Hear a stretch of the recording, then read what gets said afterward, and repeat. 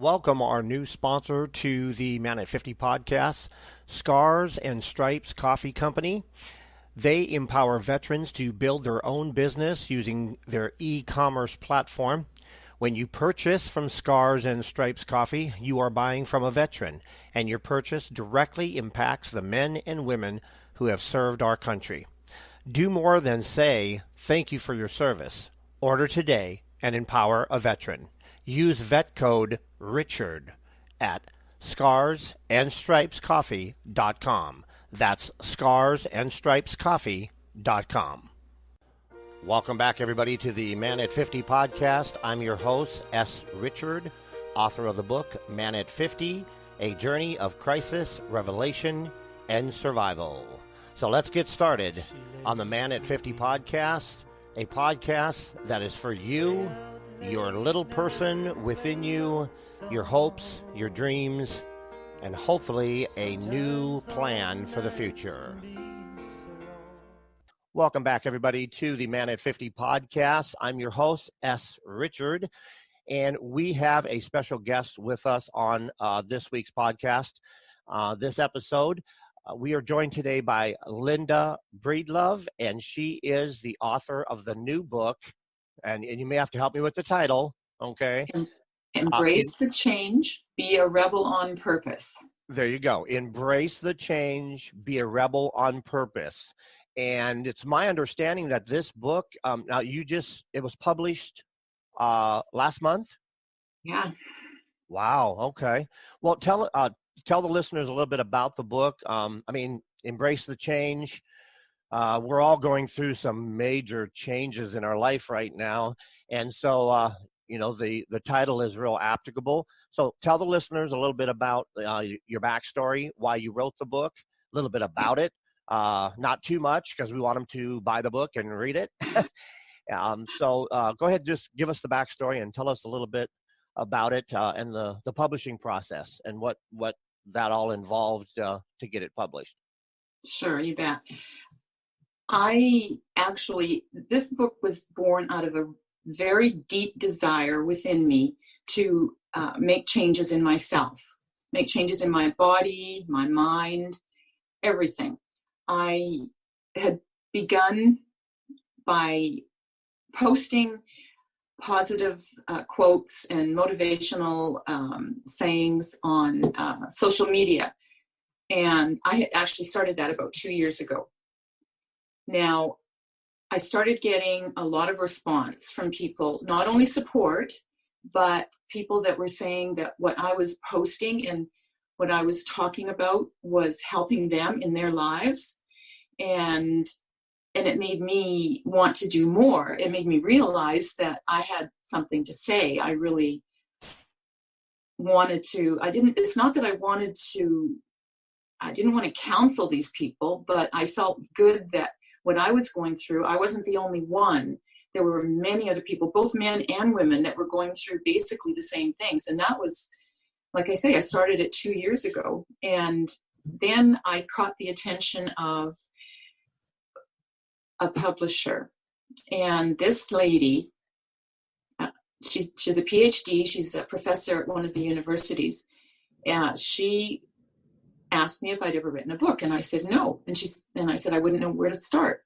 She said, "Well, you've already got a book." Mm-hmm. She said, "All you have to do is compile it now and add some to it, and you have a book."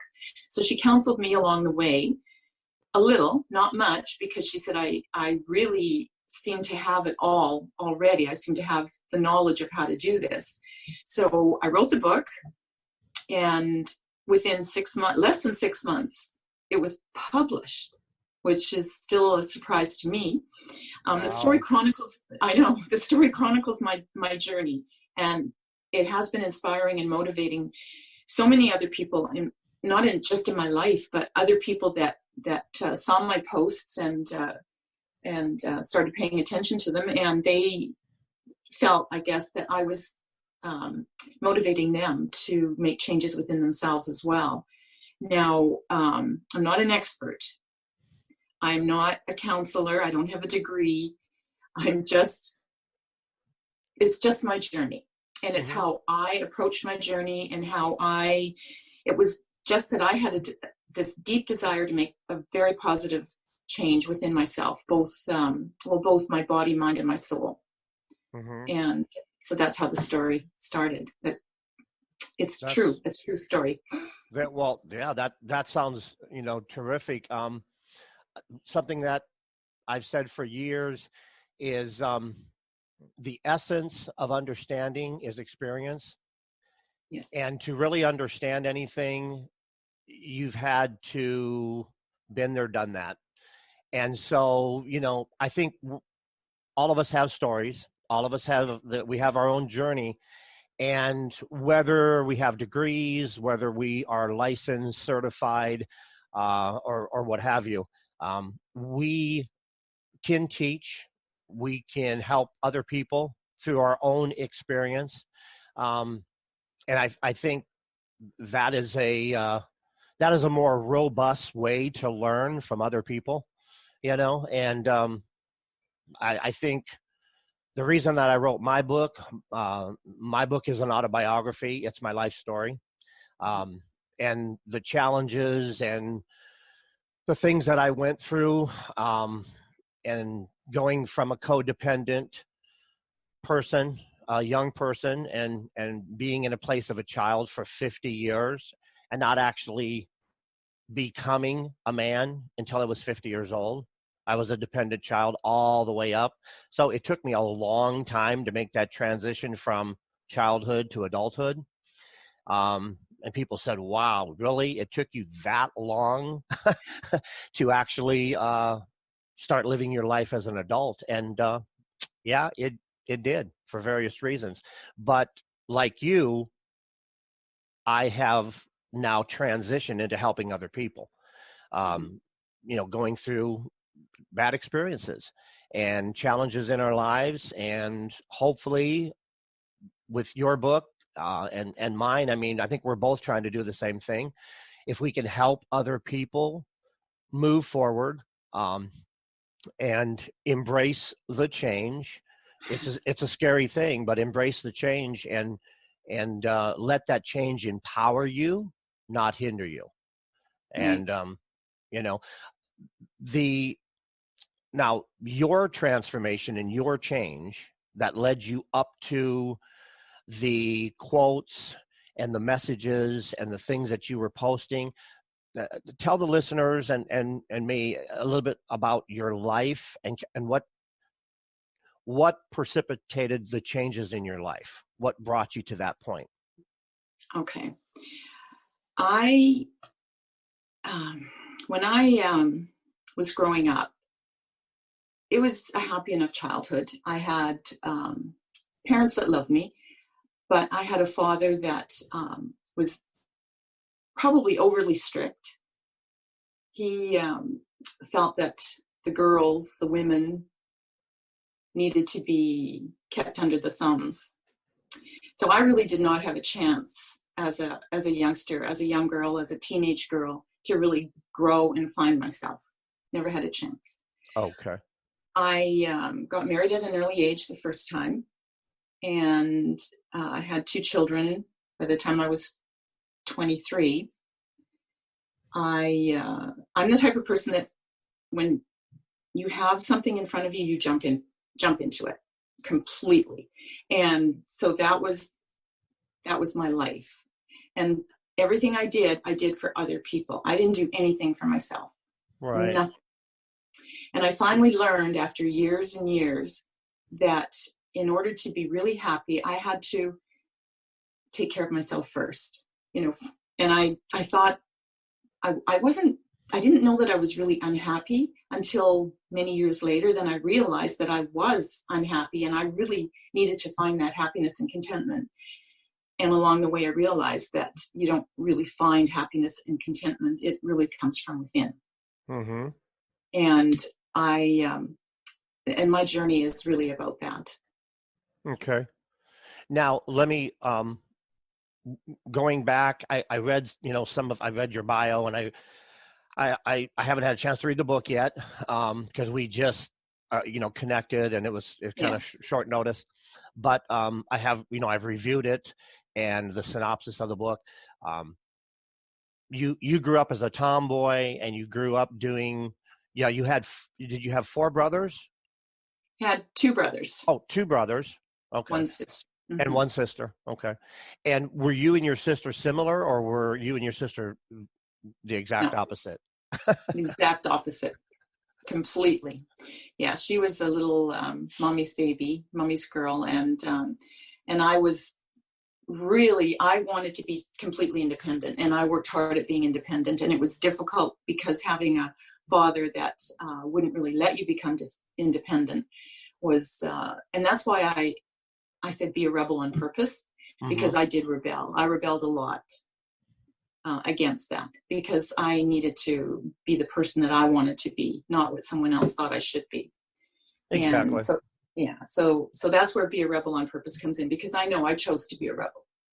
And that's what precipitated a lot of this book for me. And actually when I was doing my research for the book to find what was inspiring me for this, and I started going back on my childhood and my teenage years, and I realized that I really I really didn't have a really good, it was loving, but it wasn't super positive.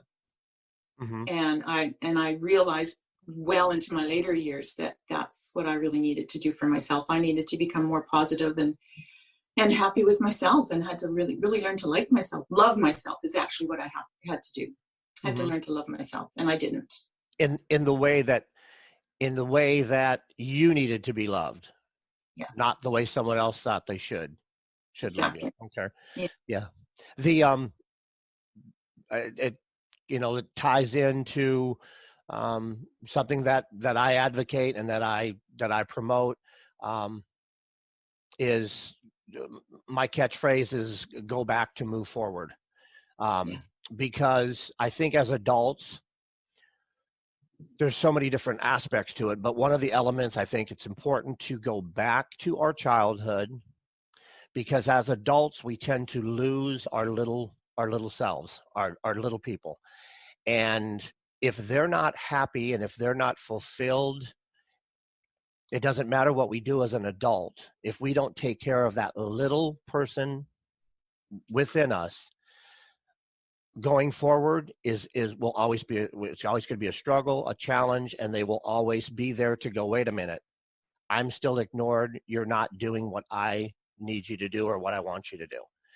And, listening to you, I think it sounds like you kind of had to go back and say, listen, I need to go back and I need to love Linda the way that Linda needs to be loved. And the whole independence thing, you had to make that transition and to become more independent and more in tune with what you needed as a person, as a woman. And did you revisit your little girl, your little Linda? Did you revisit that and kind of let her know that you were going to take care of her and that you guys were moving forward? Did you let her know that? You know what? I really did, because in the book, I actually refer back quite a bit to things during my childhood, specifically things with my mother. And I was lucky enough to have my mother on my side all the time, or pretty much all the time. And there's actually little quotes and sayings that she used to always have that I remembered. And it's funny because I didn't remember them before, but as I was writing the book, I started remembering these things. So I used them in the book quite a bit, and it brought back a lot of other memories. And I've got some more coming in my second book, which is already halfway through. Oh, so good. Yeah, we'll have to have you back on when your second one comes out. Yeah, it's probably going to be another year, but anyway, that's beside the point. It's taking a little bit longer to write it this time. I don't know if it's anything to do with the coronavirus or what, but anyway, back to my first book. When I started it, I really had to make myself accountable. Had to make myself accountable for the transformation I was looking for, and that's why I used social media so much, was because I knew that if I had it there, and then if I had it in print, then I could go back and I could say, okay, look, you told yourself you were going to do this. Now you have to do this. So Mm-hmm. it's made a complete change around in my life. It's made me realize who the real person, the real Linda is. It's made me understand myself a lot more. And through that, I've had people read my book that have gotten extremely emotional because they identify with the book. I have a young woman. I think she's 23 years old. She read the book, and I spoke to her afterwards because she was so emotional about it. She called me and or she messaged me actually, and told me that she was finding the book very emotional because she felt it was her in that book, and that what I was saying really helped her out.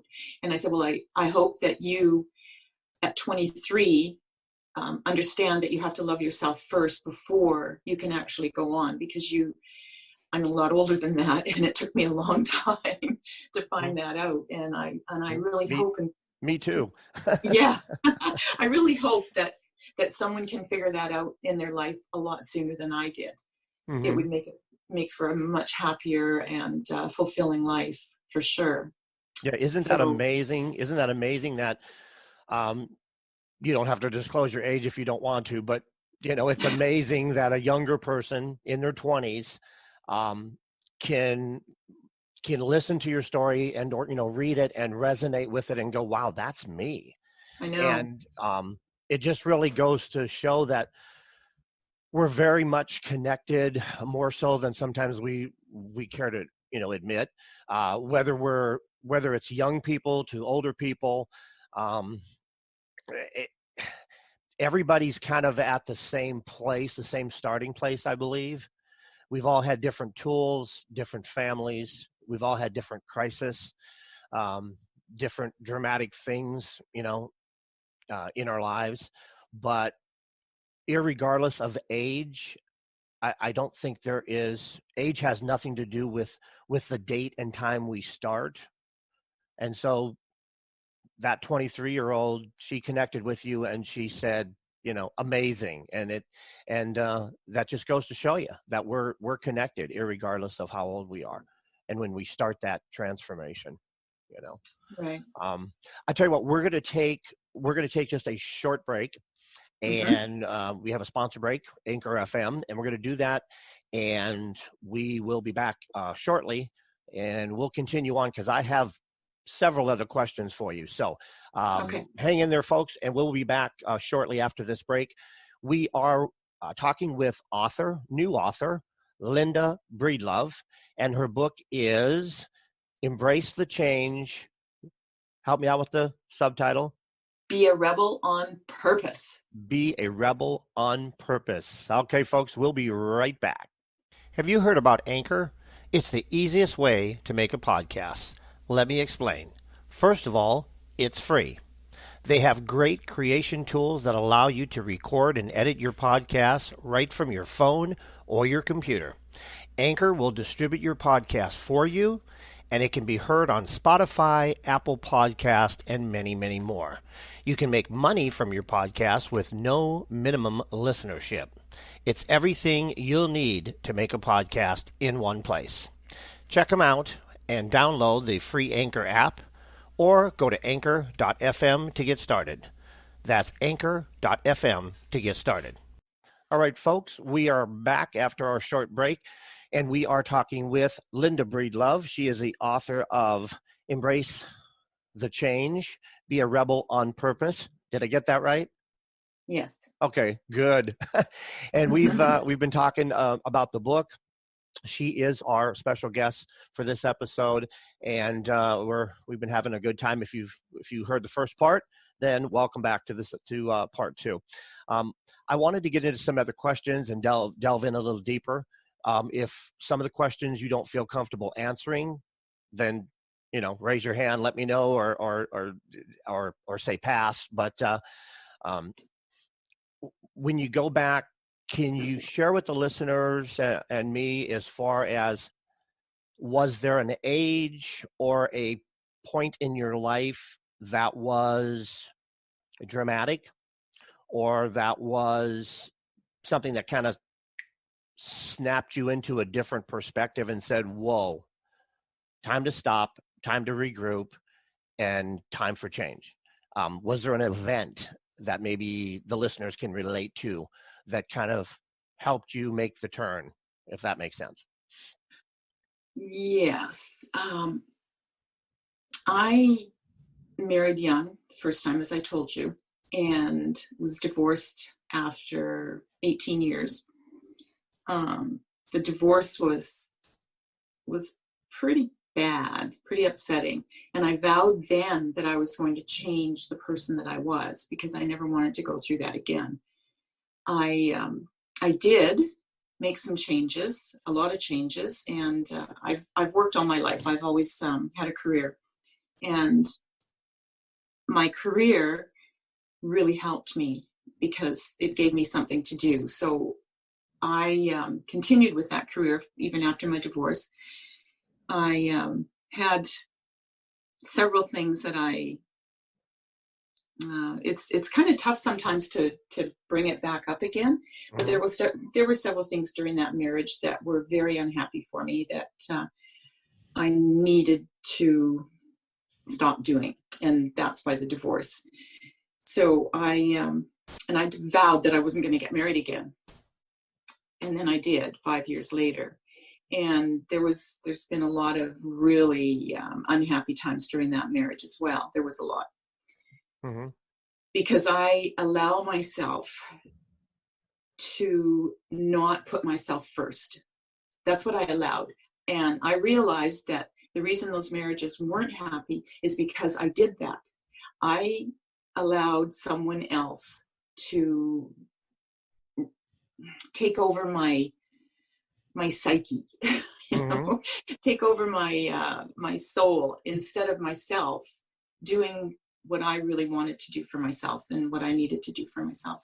I stopped everything. I even stopped my career for the second marriage because I adopted a little girl when she was 4 years old, and I felt that I had to raise her again, because I always felt that if you're going to have a child, then you should spend that time raising that child. So I did. I stopped my career then too, which was the biggest mistake ever. But I did it, and it took me a while to get back into working again, but I did. And some of that time is part of what I talk about in the book too, about the real unhappy times. I put weight on. I didn't like myself. And I knew that I had to change not only my body, my eating habits, I had to change my complete mindset. I had to change it all. I had to, and you know, it's not a lot of people can understand that they have to look inward first. If they need changing, if they need to change, they need to really look inward to do the changes.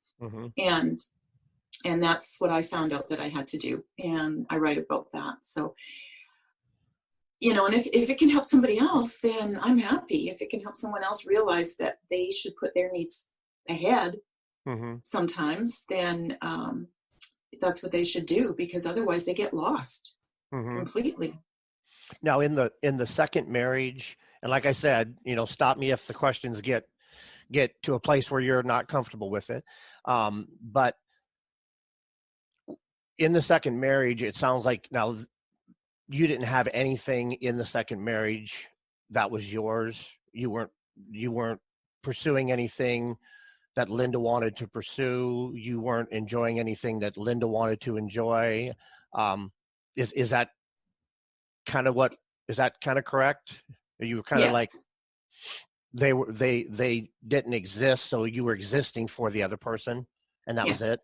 Okay. Yeah. Okay.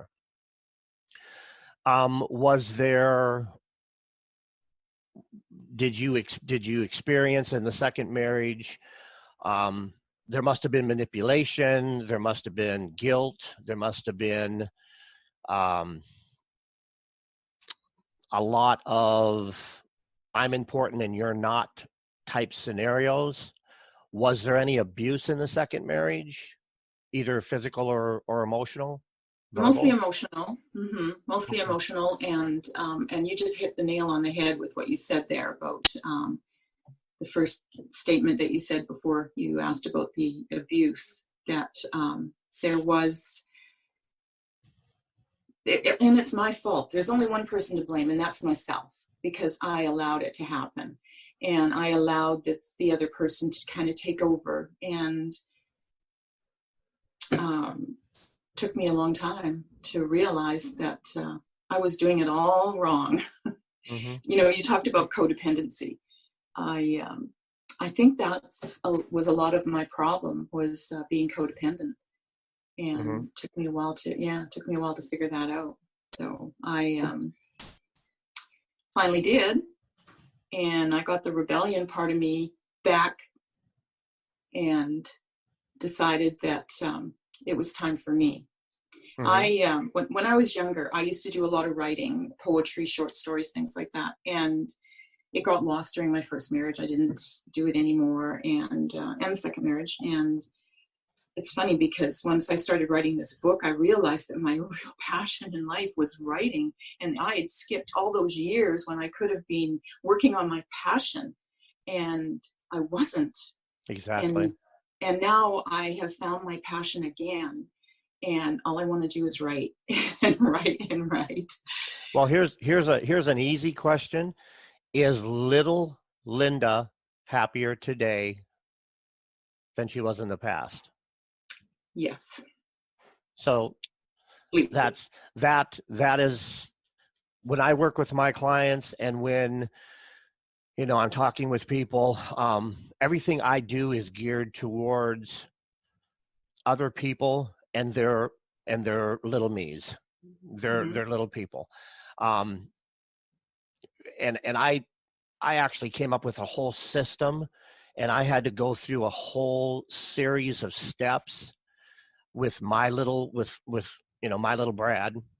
um, and I had to go back, and I had to really get a handle on who he was, and I had to take 100% responsibility for him, Yes. his needs, um, his dreams, his aspirations, what made him happy, the things that he did. I had to do those things over again. Even as an adult, I had to do childish type things to kind of connect with him. And when it was all said and done, it came to a point where I had to send him a message that now he was protected, he was safe, and that the grown up was in charge and he was okay. And then I Wow. had I had to take him forward with me, but he's far more happier now than he ever was in the past. Because after 50 years, he was kind of like, "Are you serious, dude? I mean, come on, Mm-hmm. are you ever going to get a handle on this?" And so when I hear someone has connected with their little person like you have and made her happy, um, I I'm speechless, and that just touches my heart, because that's what I advocate everyone doing, Yes. exactly what you've done. Um, and it's a pretty transforming thing. Um, Oh, so yes. it's congratulations. I'm happy for both of you. Yeah. Thank you. Yeah, it's I know I'm a much happier person today, and I can handle everything. I do things all by myself. I travel alone. I do. I don't have a job anymore. I'm actually retired, but you don't need to tell everybody that. But anyway, my job right now is writing. Yeah. This is what I I, I still mhm, have a full-time job. yeah, I It's noticed. tough. Well, I was still working until COVID, and it kind of put a damper on I was working in the ladies' fashion store, and it was so much fun.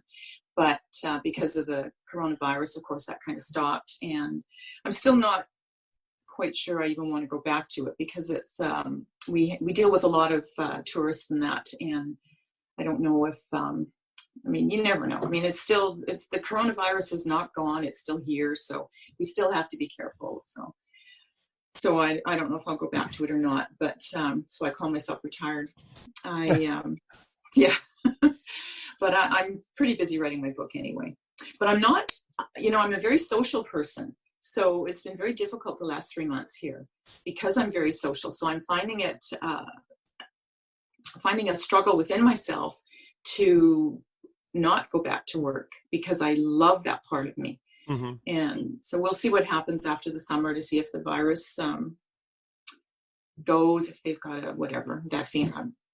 I don't want to talk about it that much, but because it has been kind of a down time for a lot of people. Mm-hmm. It's, I mean, from as far as I think there's been positive and negatives.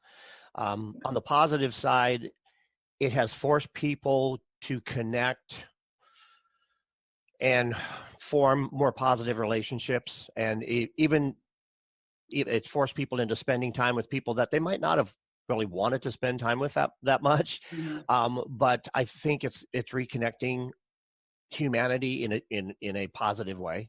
It's bringing us back, even though we're still online and we're still. I think we were social distancing before. Before COVID, I think we were social distancing in a negative way.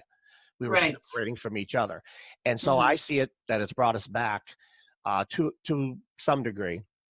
And then the negative side of it is to further that or for people to connect more in a social setting. That's kind of on hold right now.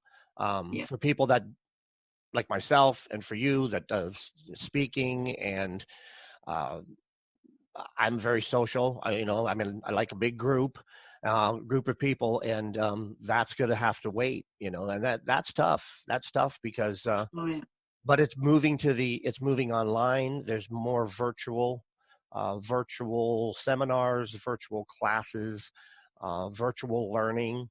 And there are tens of thousands of families that are coming together online, whether it be Zoom or Skype or whatever. And it's like, we haven't done, why didn't we do this years ago? And I've heard that from people where they're getting together with their families. And before this, they never even thought about having a Zoom call or a Skype call with their family members. And they, some of them hadn't seen each other for 2-3 years. And all of a sudden, hey, we can all be in the same room and we can see each other. So that's a positive aspect of it. But like in the beginning, we started off the interview by saying we're all under some serious changes in our lives. And I'd like to know from your perspective, my book obviously is geared towards men. Yours is probably geared towards women, mostly. But I mean, I have people that have benefited, from my book and on both sides, both men and women, and I'm sure you have as well. But what would be your message for a future reader or a listener to the show? What would you want people to encourage? What's their first step? What's their first baby step that you would recommend or that you would encourage them to take? And it may be difficult, but what would you tell them? Okay, actually, that's not difficult. It's actually quite easy for me because because I've been told that my book is motivating and inspirational. I believe everyone has the ability to affect change within themselves. I really believe they do. They just have to really desire it. I know I found with myself, some days I didn't feel like it, some days I did, but you have to learn discipline. You have to be disciplined and you have to have that desire. Then you must take that desire and ignite it with a spark and just light that fire and keep that fire going, because if you don't, then you'll just revert back. And that's what I did the first time after my first marriage. I was igniting the spark. I was ready to make changes. And then I just wasn't disciplined enough. I didn't keep that fire burning. And that's what I want to tell people now, that if you want to make changes, do so, But always remember that you have to be disciplined enough to keep that fire burning. It's just a very simple thing, actually. One of my favorite quotes is by Max Dupree. It is, "We cannot become what we want by remaining what we are." And Wow.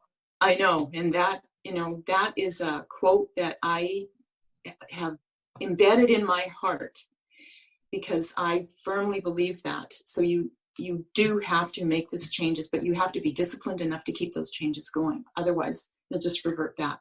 Mm-hmm. That includes the weight loss. It includes your mindset. It includes your heart. It includes your soul. It includes everything about you. You have to make the changes. You have to wake up happy every morning. You have to tell yourself in the morning that it's going to be a wonderful day, and you have to believe it.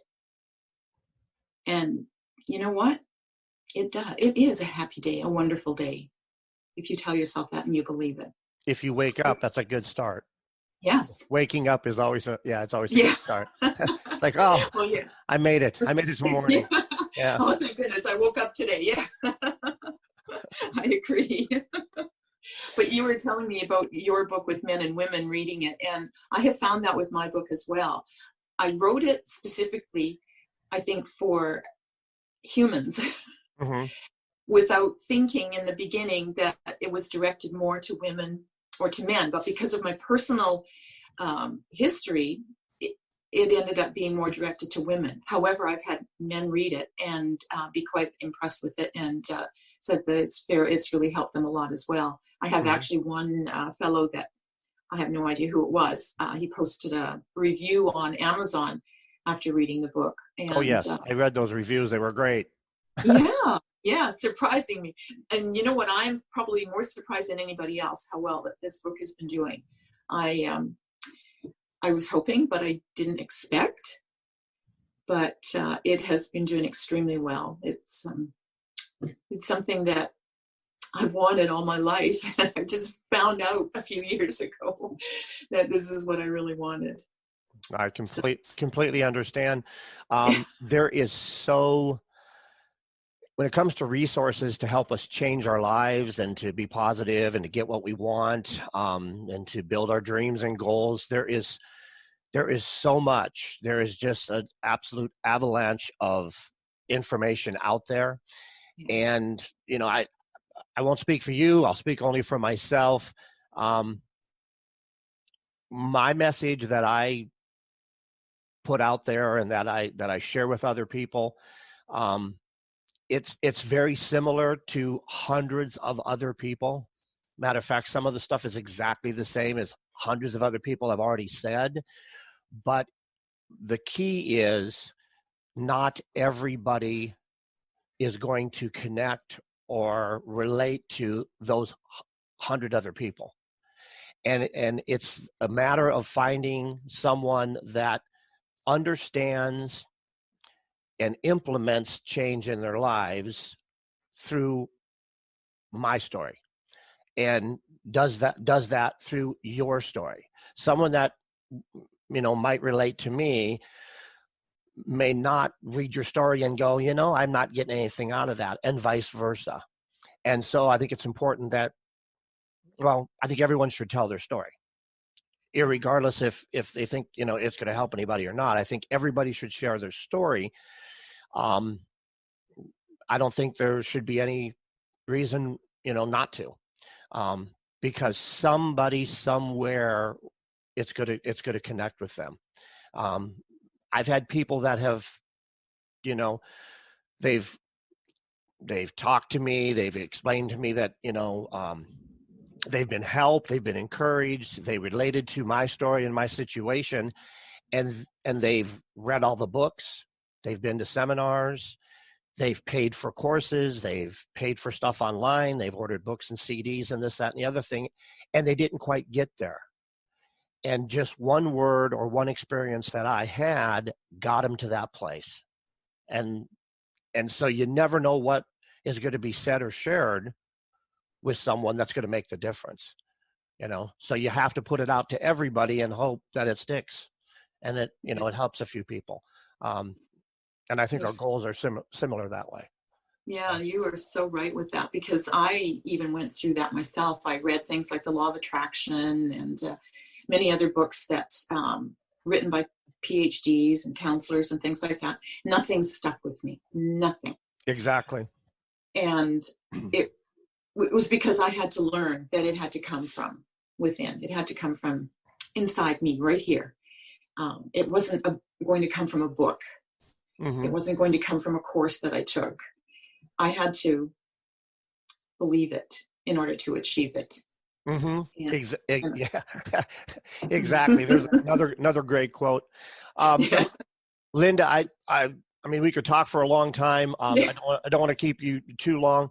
Go ahead and tell the listeners where they can connect with you online. The best way to get your book and connect with you. All that information, the links and stuff will be in the show notes.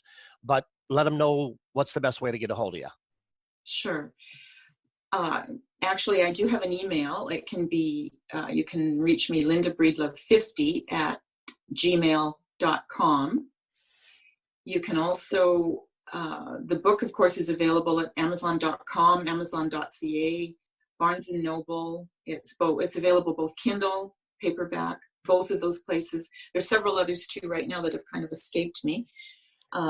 But I will try to figure them out, and I'll send them to you so you can actually put a link there to some of them. What else? And my Facebook page is facebook.com, linda.breedlove2, number Okay. 2. And that's my Facebook page, but I'll send you the link again too.